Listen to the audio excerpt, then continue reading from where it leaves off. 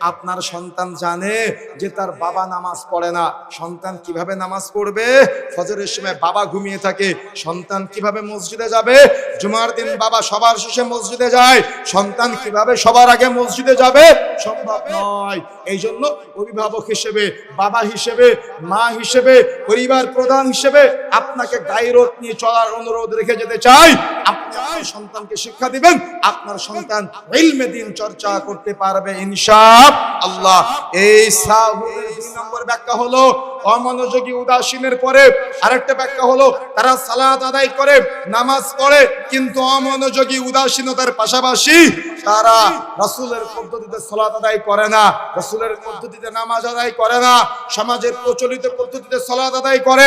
অথচ রাসূলুল্লাহ সাল্লাল্লাহু আলাইহি ওয়াসাল্লাম সুন্নাহ পদ্ধতি শিক্ষা দিয়েছেন। রাসূলুল্লাহ সাল্লাল্লাহু আলাইহি ওয়াসাল্লাম বলেছেন, সাল্লু কামা রাআইতুমুনি উসাল্লি, তোমরা সেভাবে সালাত আদায় করো যেভাবে আমাকে সালাত আদায় করতে দেখেছো। সমাজে প্রচলিত বহু পদ্ধতি আছে, কিন্তু আমাদেরকে আল্লাহর নবীর পদ্ধতির দিকে ফিরে যেতে হবে।